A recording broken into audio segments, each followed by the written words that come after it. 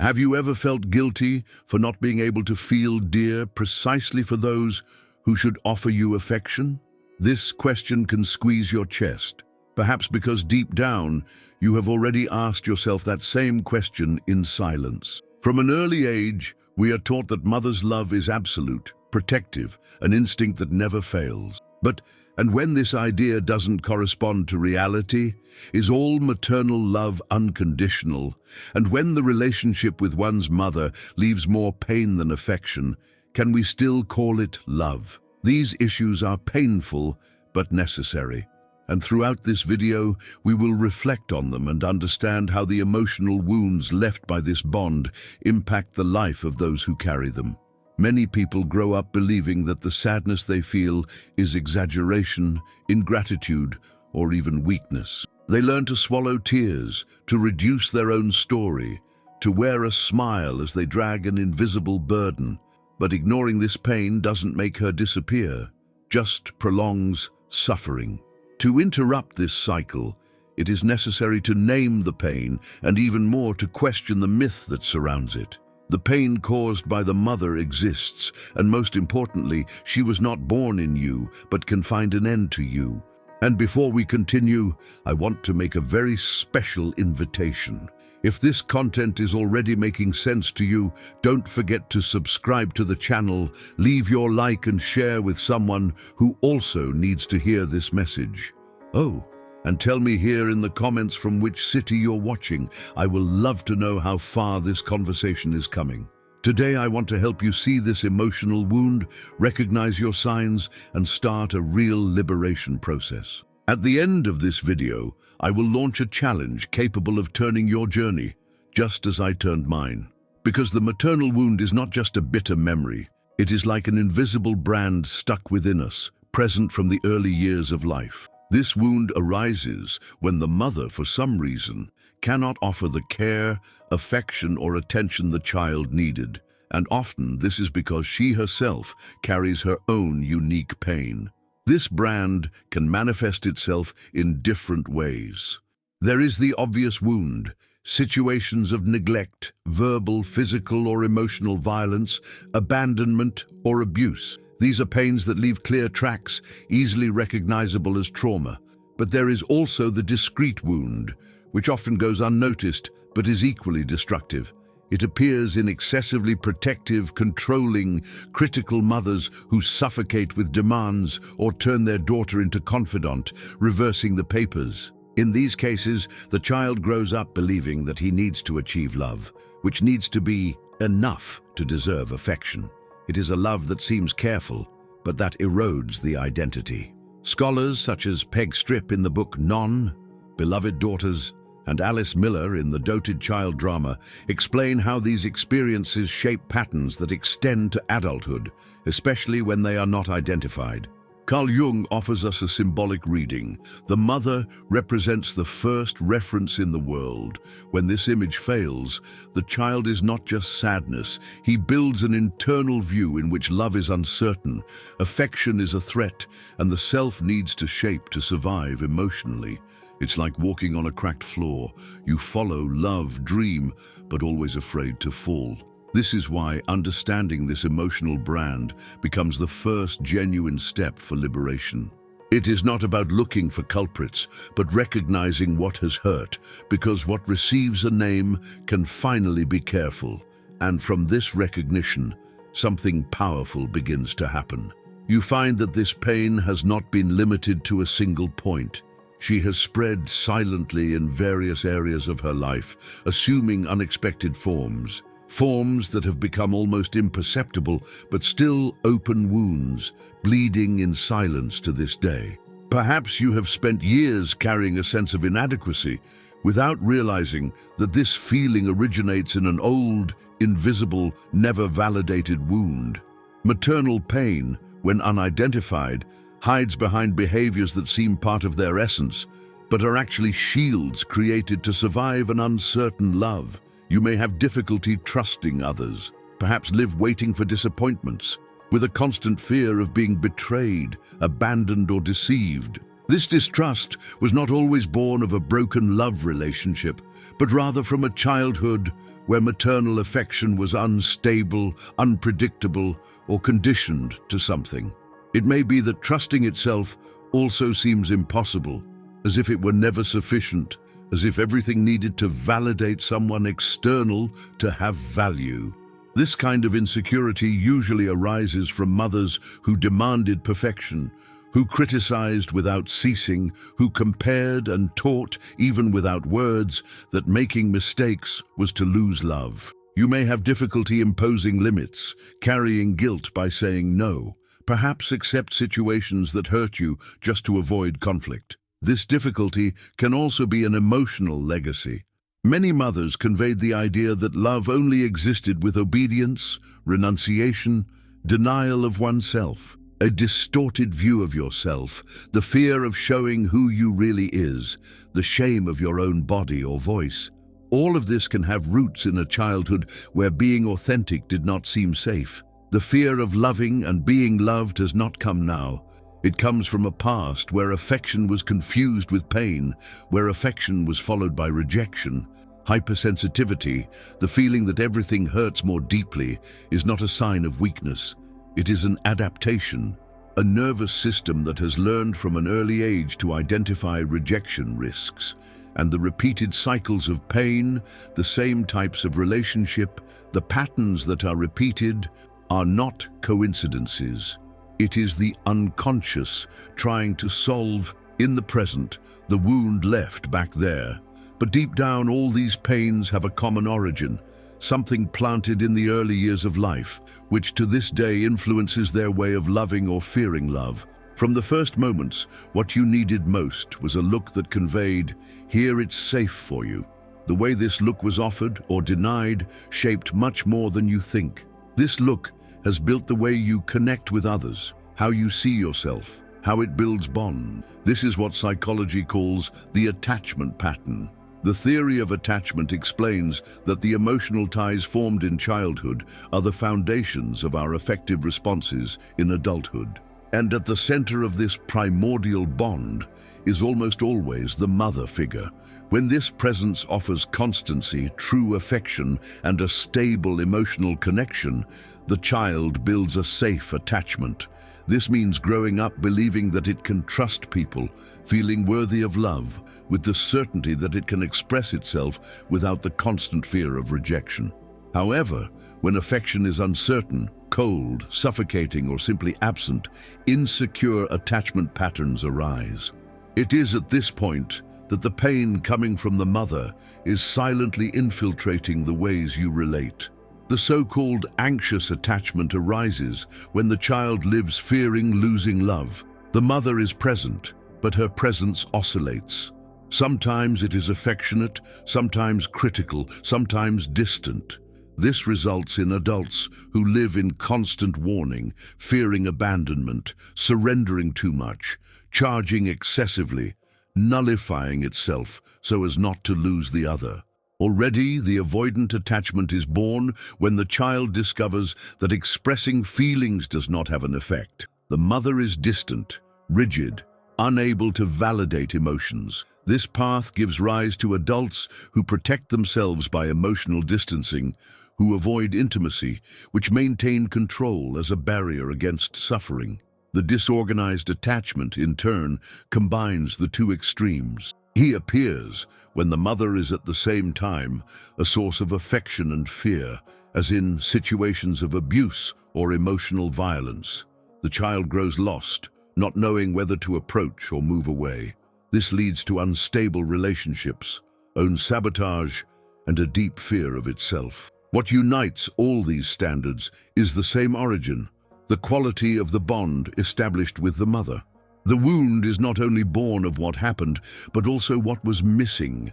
The absent lap, the prolonged silence, the word of comfort that never came. And there is something essential. These patterns are not a condemnation, but a map. To understand your attachment pattern is to open the door to understand why certain bonds hurt so much, and why, despite the pain, do you still remain stuck with them. Because inside you, there is a maternal image that goes beyond the concrete woman who created you. There is a mother who lives in her mind, who whispers in her ear, and who is often more severe than the royal mother has never been.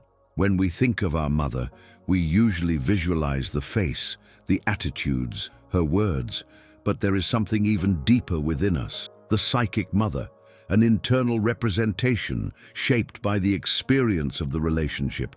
It is with this inner figure that we often continue to talk throughout our lives. Carl Jung called this figure of the great mother's archetype, a universal symbol that inhabits the collective unconscious, symbolizing both protection and danger. This archetype carries two aspects: the bright side, linked to care, welcome, love without conditions, and the dark side, associated with control, suffocation, guilt, and abandonment. The problem is that when the real mother hurts, the internal image tends to be dominated by this dark side. You can grow, change home, physically move away, but remain stuck to this inner presence you judge, demand, silence. There is a discreet, almost imperceptible voice echoing within you, repeating that nothing you do is enough, that there is always something wrong that will only be to please. At that time, the wound no longer depends on the figure of the mother by her side. It survives inside, like a scratched disc running forever, without you realizing it. Therefore, the healing path does not require the real mother to change or apologize. True liberation is born when the maternal image that inhabits its inner world begins to transform. This understanding is one of the most powerful points of deep psychology. While believing that happiness is attached to the approval of the external mother, expectations will continue to be chained. But the moment you realize that what imprisons it is the internal representation built throughout your life, something begins to open. The healing process does not seek to change who it was, but rebuild the relationship with this symbolic presence that lives within you. It is as if, little by little, you reform the emotional place where you live, taking the walls that squeeze, opening spaces, replacing charges for kindness, exchanging fear for courage, silences for listening. This distance did not suddenly arise. It was a road gradually traveled. You have been shaping, creating armor, hiding pieces, shut up to lose your own face. From an early age, the lesson was clear. He needed to fit in, so it was raising a facade, a version of itself. It is that part of you who pretends joy when you are shattered, which states, okay, while the pain tightens, which seeks to meet expectations, even if it cheat on its essence. Carl Jung called this persona facade. The persona is not a lie, but it is not complete either. It exists to protect you, but when you believe it is just her, forgets who lives behind. Many times, this persona was shaped in living with his mother. You have become the child who pleases, the never-bothering daughter, the adult seeking approval without realizing it. Meanwhile, feelings like anger, sadness, fear, and desires were pushed into the shadows. This shadow is like a hidden attic inside the mind. It is the place where parts that seemed prohibited from existing were locked. But what was repressed does not disappear. He returns, back as anxiety, guilt, sabotage. It appears in difficult relationships, in the patterns that are repeated, in the outburst without explanation. At the core of all this is the so-called maternal complex, a set of unconscious emotions and memories that revolve around the mother's figure. When this complex is activated, ancient pain comes back hard. You may be 30, 40, 50 years old, but at that moment you feel like a scared child, trying to please, begging for affection, fighting a void that was never filled. These mechanisms end up driving you away from yourself. His life is now guided by reactions, trying to avoid pain, rejection, seeking a love that may never come. But the affection you are looking for outside only blooms when you turn inside, to redeem the parts that were on the way. Recognizing this persona is the first step to start taking the mask, Finding what was hidden in its shadow is the real way to recover its own power. To understand the maternal complex is to start identifying when you are not in the present, who is reacting, but echoes of the past that still speak louder. And this does not only happen in relationships with other people, but also in their own relationship with love. The way you love today can be, without realizing it, a repetition of the lessons you have learned from it. You may think you freely choose your partners, but in fact, often the one who chooses is the image of the mother who remains alive inside you. Jung already said that we all carry an inner figure of the opposite sex in the unconscious. In men, this figure is the bun, a representation of the feminine inner. In women, it is the animus, an image of the internal male. These images are largely shaped by the first experiences with the opposite sex during childhood. That is, by the experiences of boys with their mothers and girls with their fathers. When there is a maternal wound, this influence can be even deeper. Men who received an unstable love from their mother or were emotionally injured by her often develop an injured bun. This anima acts in relationships as an invisible filter. They tend to attract themselves by emotionally distant, demanding or unavailable women, trying, without realizing it, to solve the pain left by the mother through the partners. They seek, in romantic love, the validation they did not have in childhood. Already women, in developing a negative animus, carry an inner critical, rigid, perfectionist voice. It is as if they had internalized a judging paternal figure, but it was often built from their own living with the mother. This is because the mother may have been the first to reinforce beliefs like, you need to be strong, don't depend on anyone, be impeccable. This injured animus manifests itself as a relentless charge, sabotage of their own efforts and attraction by controlling or indifferent partners, recreating the devaluation cycle.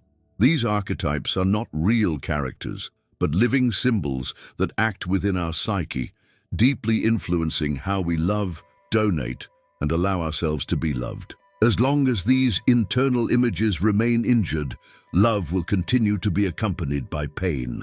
But by recognizing that you are loving from a wound, you can start building a conscious love, a love that does not seek repair, but presence, that does not repeat the past, but transforms.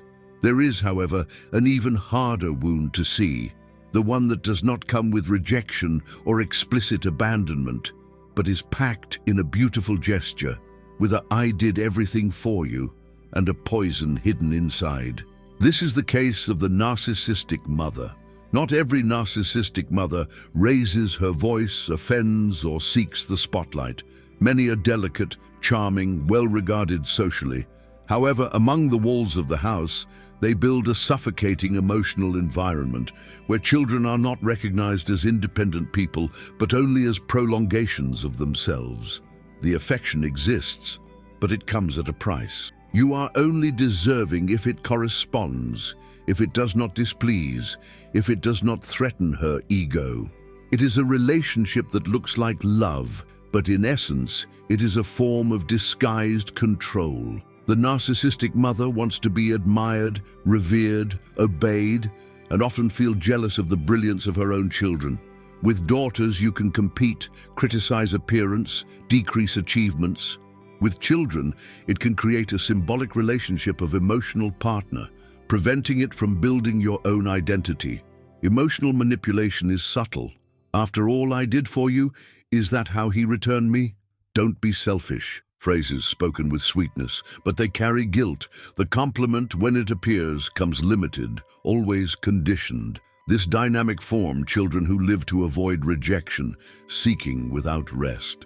Early on, they learn that existing means being useful, that love needs to be conquered, that making mistakes, shine too much, or contradiction are forbidden risks. Jung pointed out that when the son's ego is possessed by his mother, the true self cannot flourish. The self, the essence, finds no room to be born, suffocated by maternal expectations. This child grows insecure, with fragile self, esteem, carrying an inner voice that echoes the criticism of childhood. He lives to please, he feels excessive guilt, and finds huge difficulty knowing who is when he is not trying to be what they expect. So much adaptation, the distance of oneself. And in adulthood, it continues to be shaped to fit in work, relationships, friendships. You are afraid to take up space, to be rejected, to show who you really are. But there is a way out of this emotional prison. After seeing the pattern, you need to abandon the hope that the mother will change, drop the illusion that one day love will come the right way. It is time to rebuild inside a solid self, an ego that was not born to obey, but to simply be. And this reconstruction becomes even more urgent when you realize that unintentionally began to repeat with your children the pain you could never heal. This is time to break the cycle. For those who are a mother or father, break this chain is not just a personal act, it is a liberation that crosses generations. Because healing is not only an individual right, it is also the deepest gesture of love for those to come. Many women who carry maternal pain become mothers with a silent fear, to reproduce with their children what hurt them. This fear, however painful as it seems, already shows an awakening. Those who still repeat without fault remains asleep. Who fears repeating has already begun the path of consciousness. Deep down, no mother leaves unharmed from her childhood. Unfortunately, many mothers carry pains that have never been able to elaborate, hidden expectations, patterns transmitted from generation to generation. Some, without realizing it, project in their children unvividual dreams, the uninjured needs, the wishes they could not fulfill. Others try to be exactly the opposite of the mother they had, striving to fill each emptiness, and in this search end up getting lost too. The good news is that this cycle does not need to continue. It can be interrupted, not through perfection or ready solutions, but by presence. Being present with itself is already an act of love that echoes in the heart of their children, because children do not need impeccable mothers. They need conscious mothers, able to pause, look inside, realize when they are in automatic, and choose a different path. The current breaks down the moment you begin to deal with the care you never received, when he learns to forgive himself by the faults committed before awakening to herself, when you understand that raising a child is also a process of recreating. Being a mother in this sense becomes a constant exercise of emotional responsibility. It is understanding that by welcoming your own pain, you prevent her from draining to the next generation eyes. It is offering your children the space to be whole, not copies of what you needed to survive. You do not need to carry all the old bales. You can rest the pains that do not belong to you and say, just.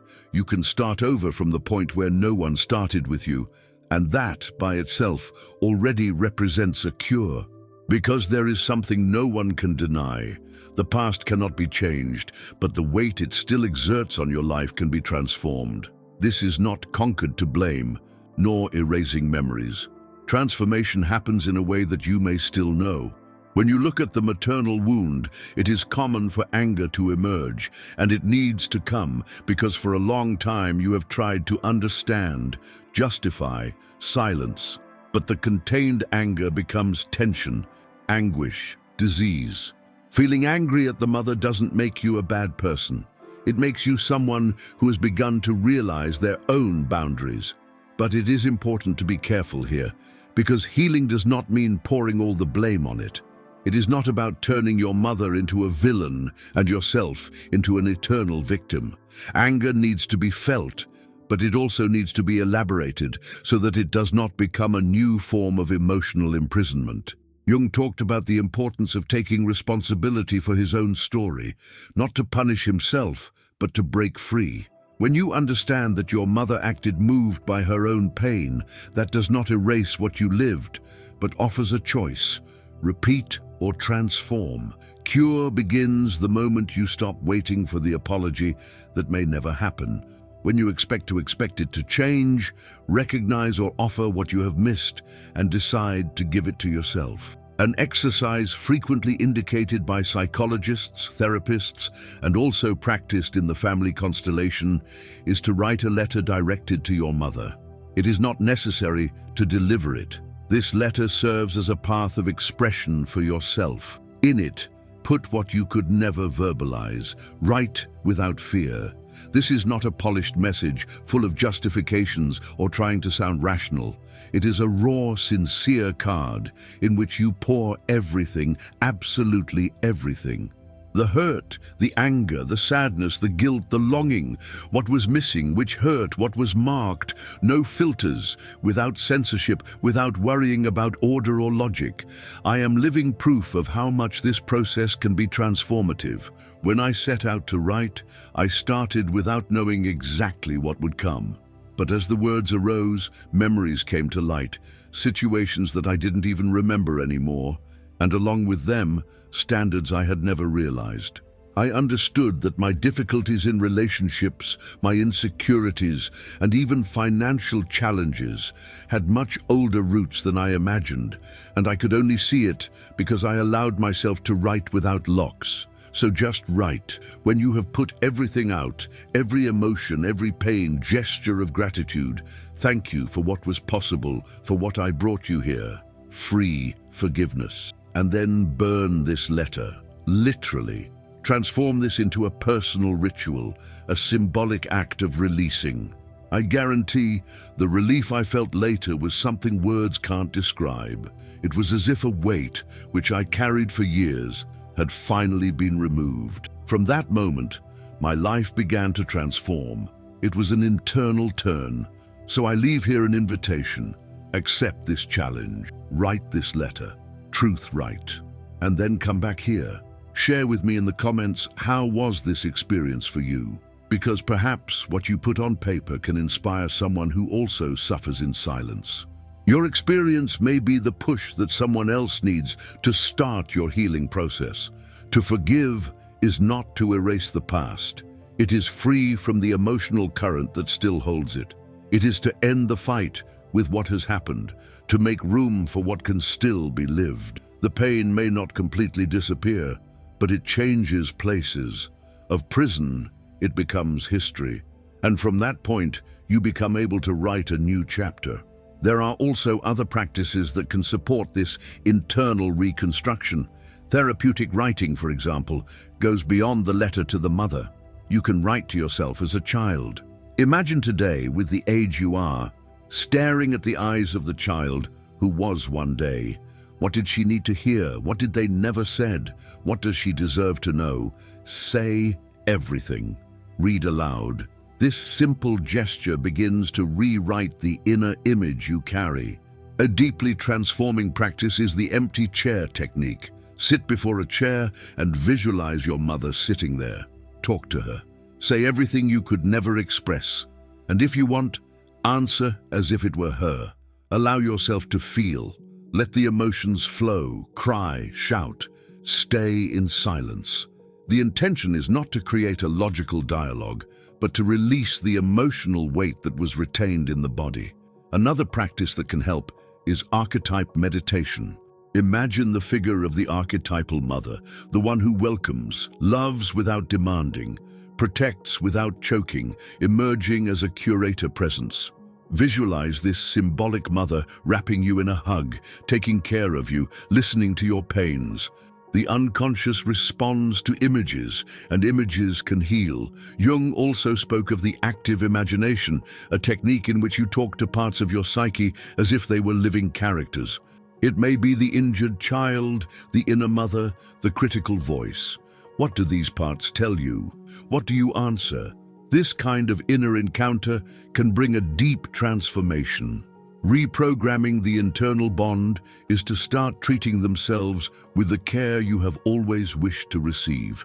Putting real limits with the external mother, if necessary, is also part of this process. Remember, limit is not punishment. It is protection. Sometimes the most loving way of loving is to say, "From here you can't pass." Seeking therapy is also essential, especially approaches that integrate the unconscious, symbols, and reconstruction of the self, such as Jungian psychology. This path is not about blaming the mother, but about finally looking at her own pain with maturity, love, and courage. You don't have to do everything at once. You don't have to tread this journey alone. Every step you take is already beginning to change the way you feel internally. This process of reconnection has a name in psychology. It is the way of becoming what you were born to be, not a role created from pain, but an entire version of itself.